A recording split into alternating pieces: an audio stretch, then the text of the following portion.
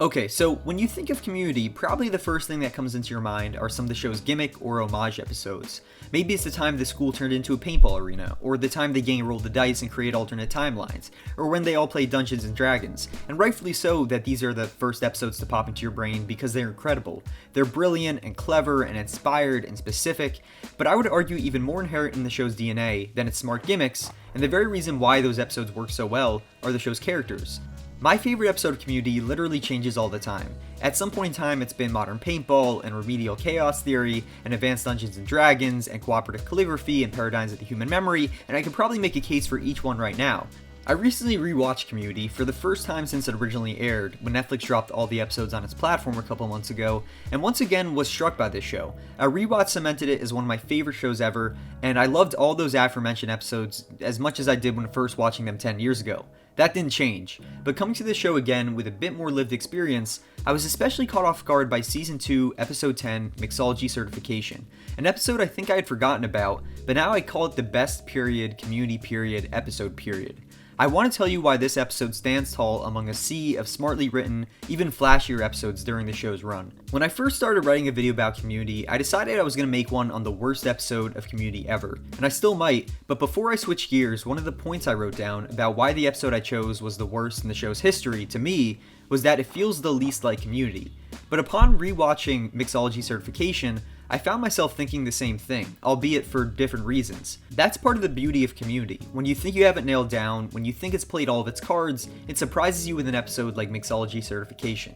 An episode that shirks a lot of the ways people would describe the show. It trades in the show's typical community college setting for a bar, there are a few pop culture references, aside from a fierce discussion about Farscape, there's no central gimmicks, the characters aren't their usual cartoonist selves, hell, there are even a few less jokes than normal. But that's kind of the point. It's Community at its most bare and honest and stripped down, and what it lacks in comedy, it more than makes up for in emotional resonance. The setup of the episode is fairly simple. The study group is celebrating Troy's 20th birthday when they come to the realization that he's actually not turning 20, he's turning 21, which means he's of legal drinking age. To usher him into what Jeff calls adulthood, the group decides to take him out to a bar and celebrate his birthday and buy him his first legal drink. It's a Troy-centric episode, a character that I'd argue is almost the heart of the show, but up to this point in the show's run, didn't always get the spotlight. But in a lot of ways was the glue that held the study group together. Being a contemporary to Annie, the bridge between Abed's weirdness and the rest of the group, the antithesis to Jeff's manliness, a son-esque figure to Pierce, and so on. So when the group gets to the bar, Jeff and Britta bicker about which bars and drinks are cool and which aren't.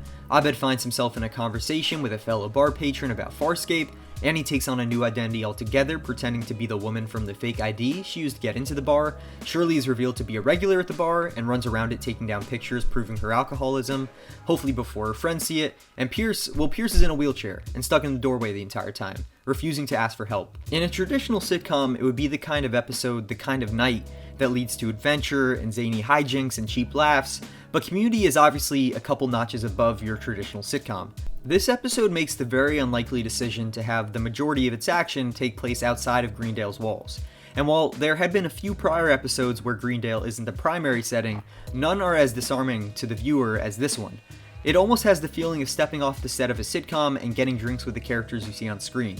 It's also an episode that captures the very specific feeling of viewing someone or multiple people in one context your entire life, like a teacher in a school, or a coworker at work, or fellow students in your study group, and then one day you see them in the real world, in this case at a bar, and you gain an entirely new perspective on them.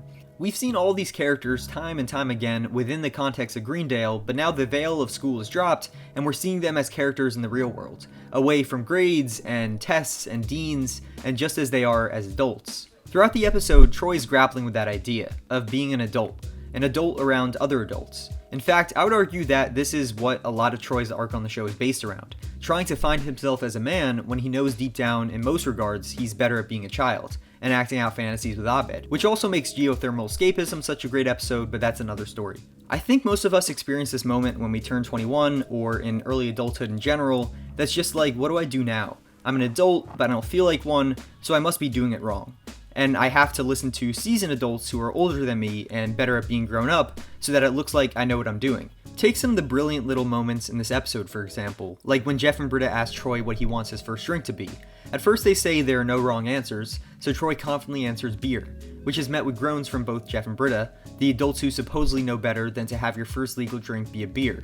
This causes Troy to think about a drink that was enjoyed by another adult in his life, his late uncle, whose favorite drink was a 7-7.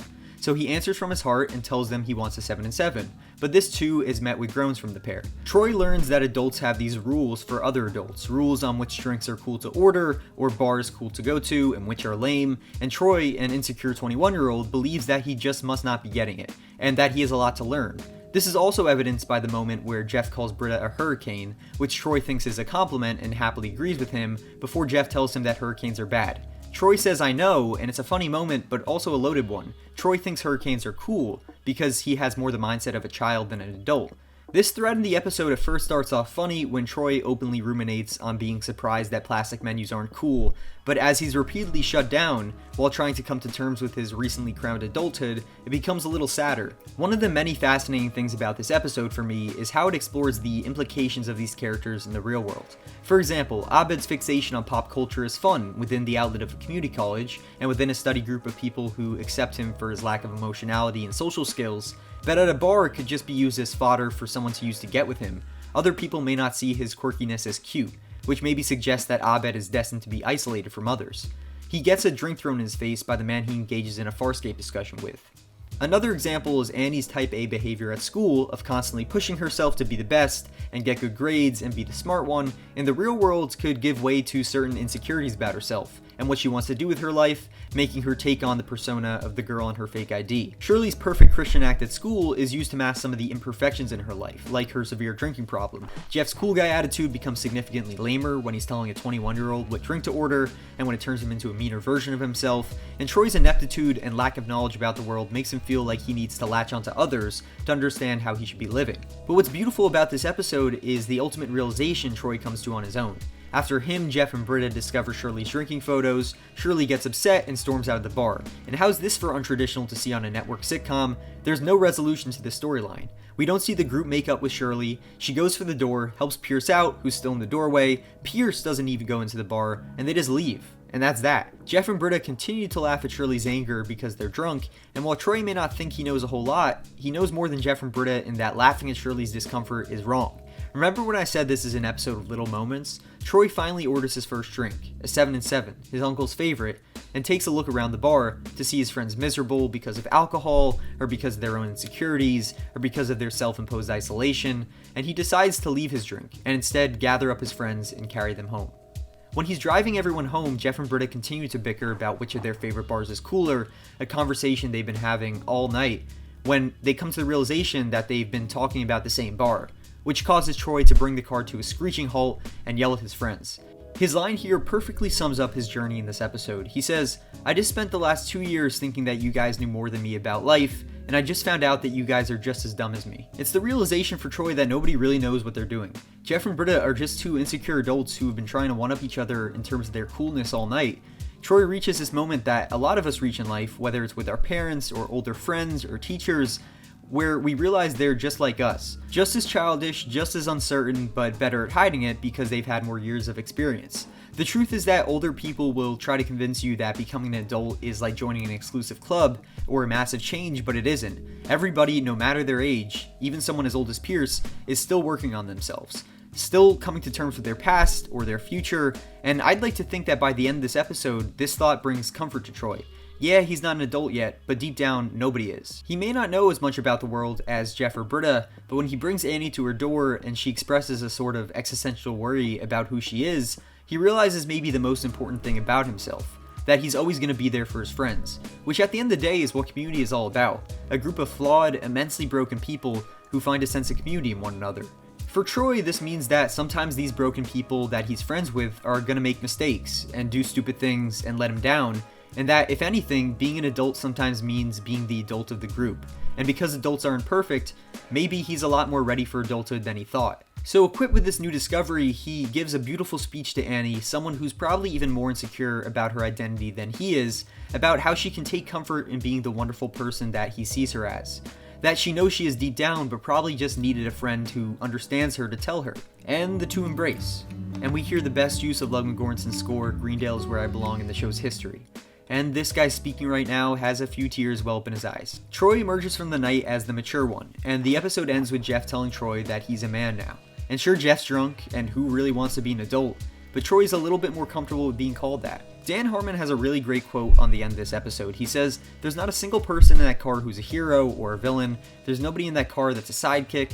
There's just a bunch of people in that car getting closer and closer and more tangled and realizing there are all these different hats that you have to wear all the time." So in the end, on this episode, all roads lead to sad, harsh, but at the same time sweet and honest conclusions. The show is always at its best when it combines comedy with emotion, a type of emotion that you don't even really know is present until the show hits you with it.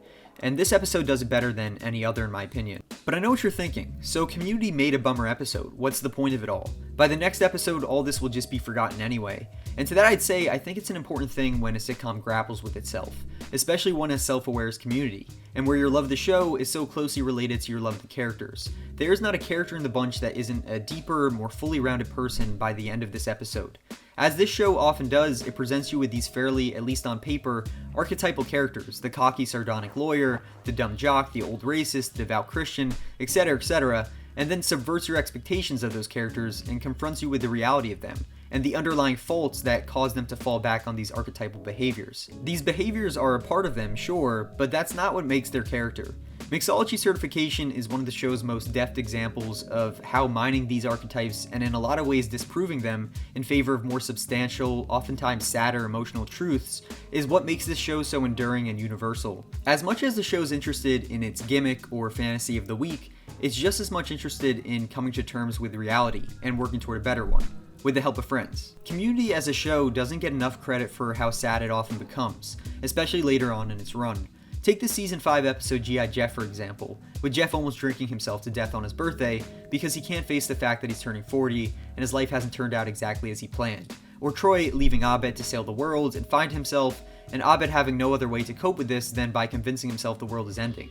Characters on the show are keenly aware of time passing them, of life passing by, and having to come to terms with their regrets and their past while also forging a future they're uncertain of what it looks like or what they even want from it. This episode almost serves as an introduction to a much darker conversation it wants to have with its audience throughout the rest of its run, of growing up no matter what age you are. Maybe I'm so drawn to this episode because it reminds me of alcohol-fueled nights out with friends. It's the best representation I've seen in a movie or TV show of the reality of being in a self-contained group of friends and then going out into the real world to a bar and realizing you're all kind of doing your own thing. It reminds me of a once promising night that was supposed to be filled with adventure and fun that goes sour, that you don't really speak about or reference again, but by the end of it you understand the people around you more deeply than you did before.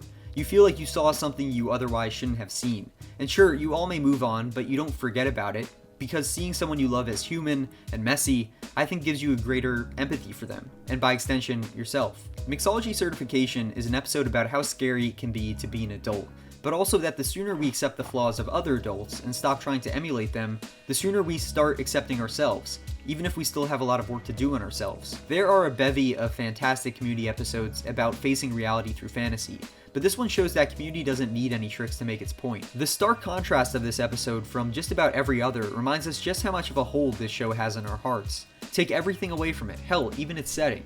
It's my favorite Community episode because it demonstrates how far the show can deviate from being what you think it should be, while also being exactly 100% precisely what it is. Okay everybody, that's it for today's video.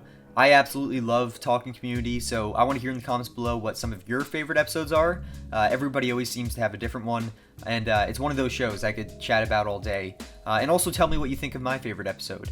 Please like this video if you like this video, and subscribe to my channel for more movie and TV related content. I'd really appreciate that. Thanks again for watching. I'm Justin Cook, and I'll see you next time.